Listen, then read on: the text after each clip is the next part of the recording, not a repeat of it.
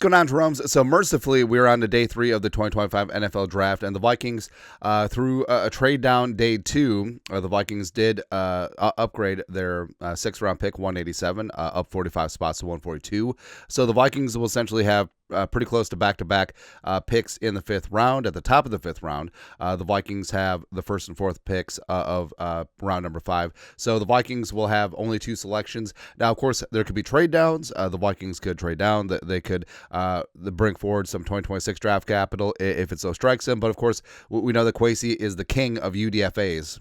So that's something to look forward to. But long story longer, of course, as every single year, there's still a lot of talent out there in day 3. Guys that didn't get selected day 1, day 2. And we have a couple names that we've liked throughout the draft process that some have met with the Vikings. Some I think will be solid fits with the Vikings.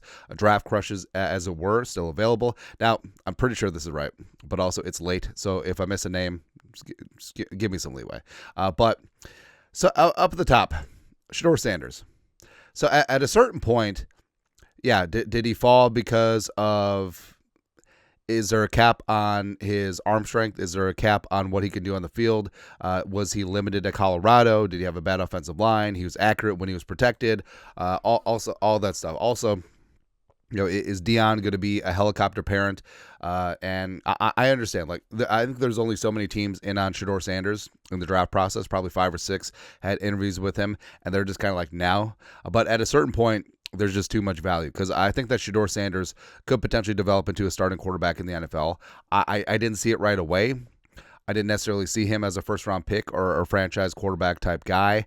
But at a certain point, say Shedeur Sanders gets to the 4th round, and he's sitting there, first pick of the 5th round.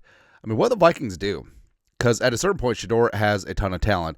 And I think that one of the reasons why teams have shied away is that if their head coach is in a precarious position, maybe on the hot seat, every single time there's a wrong decision, it's just like, oh, Deion's coming. Oh, Deion's coming. Where Kevin O'Connell with his extension, I don't think that there's any threat if he joins up with the Vikings. And, of course, the Vikings do need a backup quarterback, and Kevin O'Connell being the quarterback whisperer. Plus, I feel like everyone talks about locker room cancers and stuff like that. I don't even think that Sanders is that. I think that he's a very headstrong individual. I think that he is who he is. But I think that Shedeur coming into a veteran-laden locker room, I think that he will buy into the culture, and I think that it would be, frankly, very good for him, right? And I think that Sanders and McCarthy could be a nice combination where McCarthy obviously a starter, Shedeur the backup, and then eventually down the line, maybe Shedeur leaves the free agency, gets some nice comp picks, or it's a trade situation, right? So I honestly think that they should consider it. Don't trade up for him, but if he gets through the 4th round and he's there with the first pick of the 5th, something to consider. Also, not listed, but Will Howard of Ohio State, Kyle McCord of Syracuse for similar reasons, right? Then you got Brashard Smith, wide receiver, running back out of SMU. So he's a player that the Vikings have done a lot of work on. It was a top 30 visit. Plus, he would be a lot of fun. Now, I think that the potential for bringing in Smith could be lessened because of the drafting of Ty Felton at 102. And Smith, he really has only had 1 year as a running back. And I think if the Vikings do draft running back, I think it'll be more traditional. So looking like DJ Giddens, JCM, somewhere in that line, right? And I think that also it's possible, since the Vikings are short on draft picks, that they could just focus on UDFAs for running back moving forward. Because, I mean, the Vikings have so many needs, like people say, but you only got 2 picks. So you could say that, well, the Vikings need tight end, D-line, nose tackle, linebacker, cornerback, safety, but you only got 2 picks as of right now. So I just don't really see it. Wide receivers, Jalen Lane is in my ear and in my eye. Now, of course, wide receiver, the need lessen with Ty Felton, but Jalen Lane, speedster from Virginia Tech, formerly at Middle Tennessee State. Efton Chisholm, slot machine from Eastern Washington, also plus punt returner. So, Jackson Hawes, the best blocking tight end in this class. I love him, as well as Aranda Gadsden the second. He may go undrafted, but in terms of a move, big slot tight end / receiver, got ahead.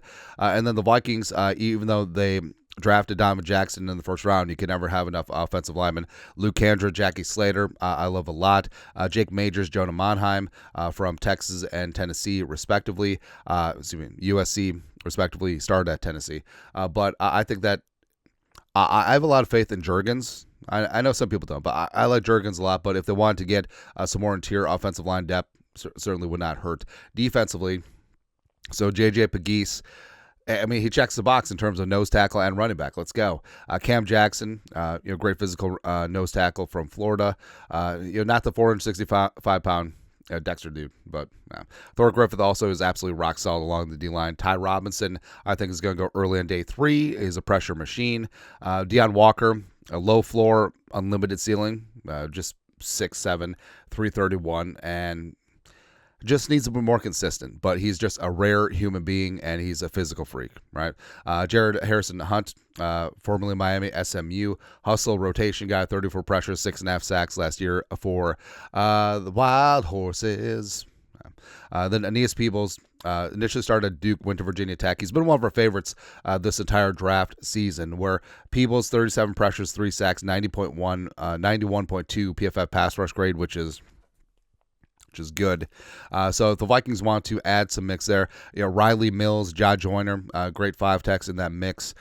Kobe Bean Bryant is going to be out there as well. A little bit skinny, but absolutely just a dog. I love Kobe Bryant. Quincy Riley from Louisville also out there, 5'10", $192. Great ball skills, 8 interceptions last season, as well as O'Donnell Fortune. I actually think that Fortune just really syncs up well with what the Vikings have done, looking for cornerbacks in the draft. But Fortune, 6'1", $185, lengthy outside corner, a 90.2 PFF coverage grade, 3 picks, 60.5 quarterback rating when thrown at, just really solid. And plus, safety-wise, Billy Bowman Jr. is just out there, man. 5'9", $192, just all over the place. Split safety, single high, slot, just a hybrid, versatile defensive back. 4.42, 40, 11 career picks, 83 PFF coverage grade. Just, I love Billy Bowman, man. Yeah, also Craig Woodson, 6', 200. Downhill safety could be in that mix as well. But I mean, obviously, there's a lot of other names, but we don't have unlimited time, right? But the Vikings do have limited picks. Like we said, only 2 selections. But we'll see what happens. Maybe it's a trade down, maybe it's a trade forward from 2026. But again, there's some legitimate players that will be contributors and or starters for teams around the league down the line. So Vikings should go and get theirs. But that's it. Take a look at Draft Crush is still available day 3. Let us know your thoughts. Our thoughts, comment section. You guys are the best. You know what to do. Skull, production value.